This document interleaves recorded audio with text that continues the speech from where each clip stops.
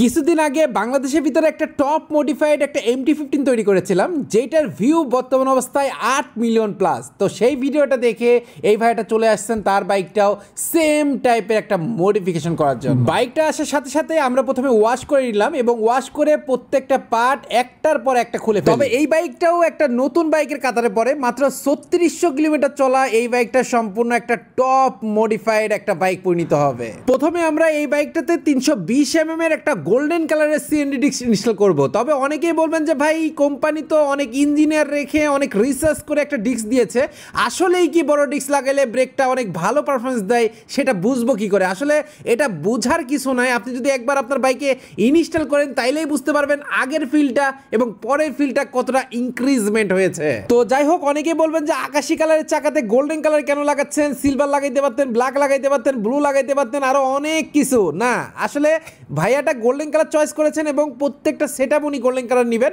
এই জন্য প্রত্যেকটা জিনিসই আমরা তাকে গোল্ডেন কালার কিন্তু প্রোভাইড করে দিই। আমাদের সামনের ডিস্ক লাগানো হয়ে গেছে এবং পিছনের ডিস্কটাও কিন্তু অলরেডি সেটআপ করা হয়ে গেছে। তবে পিছনে হচ্ছে টিডিআর এর একটা ডিস্ক লাগানো হয়েছে, যেটার ব্রেকিং বাইটটা কিন্তু অসাম। যারা টিডিআর এর ডিস্কটা ইউজ করেছেন একমাত্র তারাই বুঝবেন। ডিস্ক তো সব বড় বড় লাগাই দিলাম, এখন আমাদের মাস্টার সিলিন্ডারটাও আপডেট করতে হবে। এই জন্য আরসিবির S1 এর গোল্ডেন কালারের একটা মাস্টার সিলিন্ডার ক্লাস সাইড সহ ফুল সেটআপ এই বাইকটাতে ইনস্টল করা হবে। যাই হোক, এতদিন আমরা অনেক কালারের অয়েল দেখেছি, বাট গ্রিন কালারের অয়েলটা কিন্তু অনেক বেশি রেয়ার, যেটা আমরা কিন্তু এই বাইকটাতে প্রোভাইড করেছি।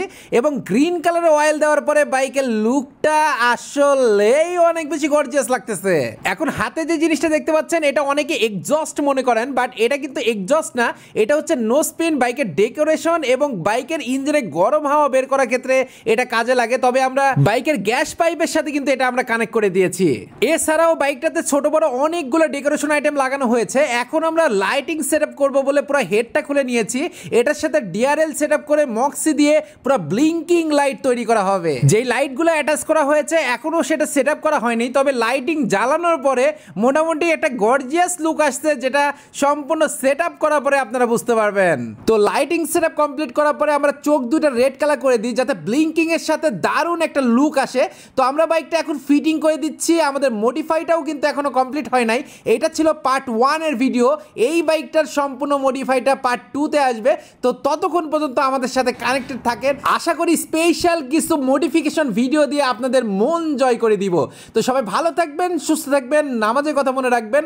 দেখা হবে, কথা হবে নতুন কোনো ভিডিওতে।